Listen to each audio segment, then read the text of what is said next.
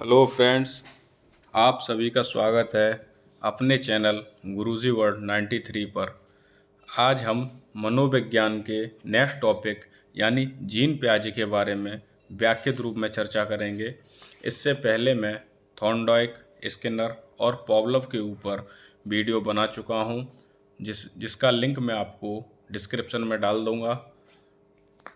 Gene प्याजे को जो इनका सिद्धांत है, संज्ञानात्मक विकास का सिद्धांत, इसको अन्य नामों से भी जाना जाता है, ज्ञानात्मक विकास का सिद्धांत या विकासात्मक विकास का सिद्धांत। जीन प्याजे स्विट्जरलैंड के निवासी थे। जैसे मैंने आपको पहले ही बताया था कि आपके एग्जाम पॉइंट ऑफ व्यू में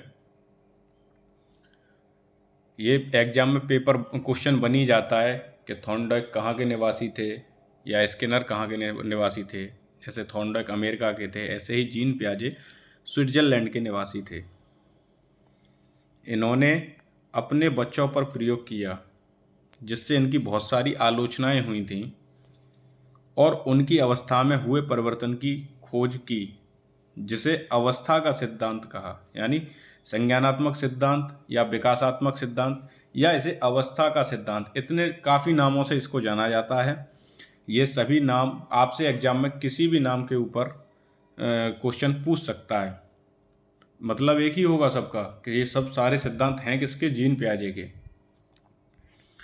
जीन प्याजे द्वारा संज्ञानात्मक विकास की 4 अवस्थाएं बताई गई। 4 अवस्थाएं कौन कौन सी? संवेदी गामक अवस्था, जो जन्म से 2 वर्ष, पूर्व सक्रियात्मक अवस्था 2 वर्ष से 7 वर्ष, मूर्त सक्रियात्मक अवस्था 7 से 11 वर्ष और अमूर्त या औपचारिक। इसमें कंफ्यूज मत होना, कहीं कहीं अमूर्त लिखा होता है तो कहीं औपचारिक लिखा होता है, तो मैंने आपको दोनों चीज़ बताई हैं। अमूर्त या औपचारिक सक्रियात्मक अवस्था जो 11 से 15 वर्ष।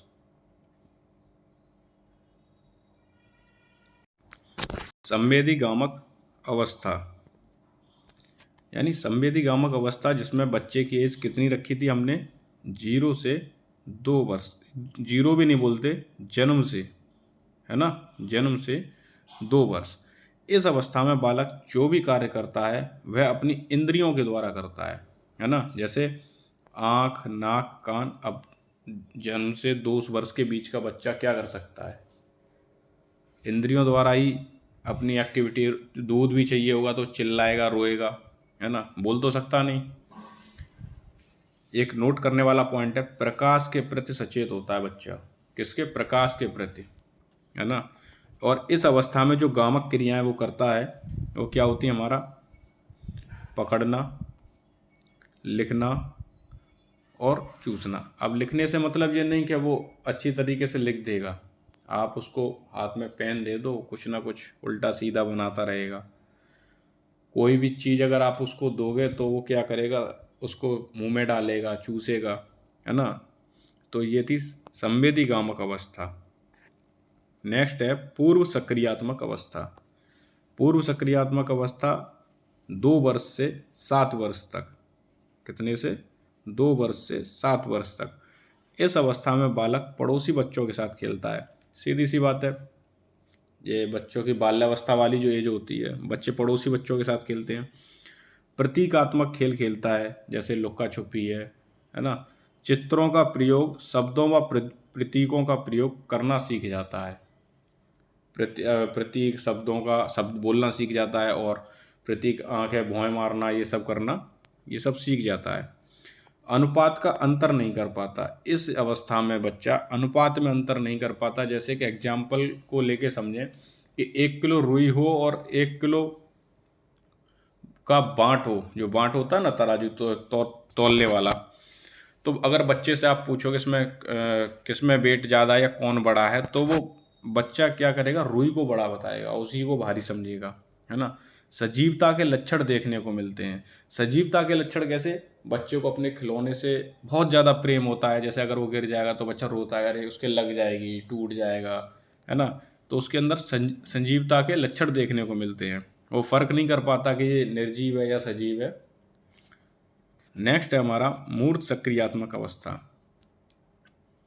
इस अवस्था में बच्चा तर्क आधारित चिंतन करता है, यानी बच्चा तर्क करने लग जाता है। चिंतन का समावेश जो होता है वो किस अवस्था में होता है? मूर्त चिंतन की अवस्था में होता है। बच्चा सही अनुपात का अंतर, आकार, भार और क्रम, यहाँ सही कर लेना आप, क्रम को समझने लगता है और गणितीय प्रक्रियाएं भी समझने लगता है। यानी आपने इससे पिछली अवस्था में जब देखा, पूर्व सक्रियात्मक अवस्था में बच्चा क्या कर कार्य में अंतर ही नहीं कर पा रहा था, है ना, अनुपात में अंतर नहीं कर पा रहा था, समझ ही नहीं पा रहा था। लेकिन जैसे ही नेक्स्ट स्टेज के अंदर आया तो वो अनुपात का अंतर भी करने लगा, आकार भी समझने लगा, भार भी समझने लगा, क्रम को भी समझने लगा कि आरोही अवरोही क्रम वगैरह जो होते हैं बच्चा इनको समझने लग जाता है और गणितीय प्रक्रियाएं भी समझने लग जाता है। मैं आशा करता हूँ आप सभी लोगों को मेरा पढ़ाया हुआ अच्छा लग रहा हो, तो प्लीज़ सभी लोग मेरे चैनल को सपोर्ट करें। नेक्स्ट है अमूर्त और औपचारिक सक्रियात्मक अवस्था। इस अवस्था में बच्चा अमूर्त चिंतन करने लगता है। अमूर्त चिंतन कैसा? मतलब मूर्त में तो होता है दिखने वाला और अमूर्त होता है जो दिखे ना, यानी मनन करना, निर्णय करना, स्मरण करना अंदर ही अंदर, तो वो अमूर्त या औपचारिक सक्रियात्मक अवस्था के अंतर्गत होता है। और इस अवस्था की जो एज होती है वो 12 से 15 कह लो, ठीक है, या कहीं कहीं 13 वर्ष से ऊपर। इस अवस्था में बच्चा समस्या का समाधान करने लग जाता है, यानी बच्चा के पास अगर कोई समस्या है या किसी उलझन में है तो वो उसका समाधान स्वयं करने की कोशिश करता है और वह समाधान भी करने लग जाता है। बच्चा कार्य में अंतर करना सीख जाता है, वह कार्यों में अंतर करना सीख जाता है।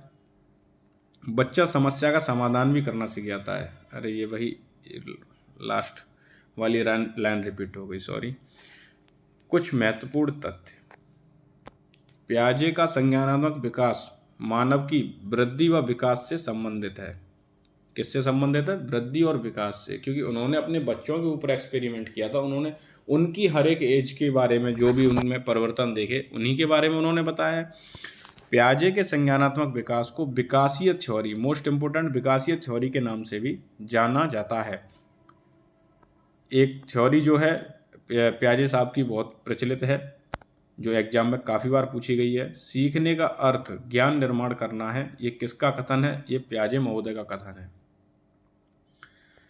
पियाजे साहब की आलोचना भी बहुत हुई। अच्छा, इनकी आलोचना जो मेन देखा जाए तो वाइगोत्स्की ने की थी, क्योंकि इन्होंने कहा कि बच्चा स्टेज बाई स्टेज सीखता है, और वाइगोत्स्की ने कहा कि नहीं, बच्चा समाज से सीखता है। अच्छा, इनकी आलोचना के अंतर्गत जो है कि पियाजे ने मानसिक विकास के चरण के क्रम को अपवर्तनशील बताया, लेकिन बच्चों का अच्छा वातावरण दिया जाए तो वह अपनी अवस्था से अधिक सीख लेता है। तो ये पॉइंट तो मैच होता है कि अगर अच्छा वातावरण दिया जाए, अच्छा एटमॉस्फेयर दिया जाए तो बच्चा जल्दी सीखता है और अधिक सीख सकता है। लेकिन पियाजे ने मानसिक विकास के चरण के क्रम को अपरिवर्तनशील बताया। ऐसा नहीं हो सकता, ना ही आप लोग मान सकते हो और ना ही मैं, है ना। आप सभी को यह क्लास कैसी लगी? अच्छी लगी तो चैनल को लाइक और सपोर्ट करें। धन्यवाद।